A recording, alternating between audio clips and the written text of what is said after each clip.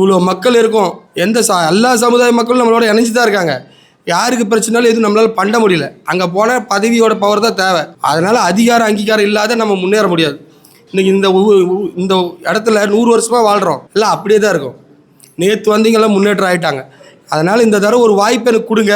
நான் வெற்றி பெற்றா வேலைங்க இருக்கிற சொசைட்டி வேலை 175 நம்பர் வார்டில் சொசைட்டி வேலை எல்லாம் செய்வேன். ஏன்னா ஏன் செய்வேன்னு சொல்கிறேன்னா, இன்றைக்கி ஒரு வீட்டோட வேலை ஒரு 10-12 லட்ச ரூபாய்க்கு தான் போகும். ஒரு முன்னேற்றம் பண்ணோம்னா சொசைட்டி டெவலப்மெண்ட் பண்ணால் ஒரு குறைஞ்சது 50 லட்ச ரூபா வீடு ஆகும். அப்போ தான் அவங்களும் எல்லாம் முன்னேற்றம் ஆகுவாங்க. இல்லைன்னா ஏழையாகவே இருப்பான். வெளியிலேருந்து போட்டிடுற கேண்டிடேட் எங்களுக்கெல்லாம் எந்த இதுவும் பண்ணலை.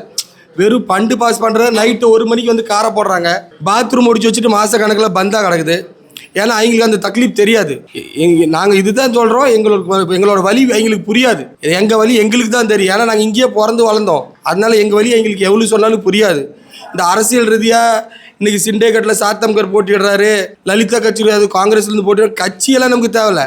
நமக்கு என்ன வேலை செய்ய போகிறாங்க அந்த முன்னேற்றம் அந்த நோக்கத்தோடு ஓட்டு போடுங்க. சும்மா இவங்க பணம் கொடுக்குறாங்கன்னு வாங்கி ஓட்டு போட்டு பேஸ்ட்டு. அதனால் எனக்கு ஒரு வாய்ப்பு கொடுங்க. நாங்கள் இந்த தடவை முயற்சி பண்ணுறோம். இங்கே இருக்கிற தமிழ்கார மக்கள் மட்டும் இல்லை, அனைத்து சமுதாய மக்களுக்கும் நாங்கள் ஒரு வேண்டுகோள் என்னென்னா, யார் செயல்படுறாங்களோ எங்களுக்கு ஓட்டு போட்டு ஒரு இது பண்ணுங்க. இந்த கட்சி ரீதியாக வரீங்க, பணம் கொடுக்குறாங்க. பணம் கொடுக்குறது ஒரு பெரிய விஷயம் இல்லை. இன்றைக்கி ஞாயிற்றுக்கிழமை கறி எடுத்து சாப்பிட்டா கூட 2000 ரூபா வேணும். நீங்கள் 1000-500க்கு இது மொத்தம் விற்பனை ஆன மாதிரி 5 வருஷம் இல்லை, இன்றைக்கி 8 வருஷம் ஆச்சு. 8 வருஷமாக சாத்தம்கர் இந்த வார்டில் எதுவுமே பண்ணலை. அந்த ஆளை யாருக்குமே தெரியாது கவுன்சிலர்னு. இவ்வளோ பிரச்சனையில் அந்த ஆள் பொம்பளை பொறுக்கி வேலைலாம் செஞ்சு இந்த கட்சி விட்டு அந்த கட்சி போயிருக்காரு. அந்த கட்சிக்கு போனால் அவர் நல்லவர் ஆயிடுவாரா? அந்த பேர் கெட்ட பேர் இருக்குது. அவர் மேலே லலிதா கட்சி அதுவும் கேஸ் போட்டா. அவங்க என்ன பண்ணிட்டாங்க, அவர்கிட்ட பணம் வாங்கிட்டு அவங்களும் மாவண்டில் ஆகிட்டாங்க.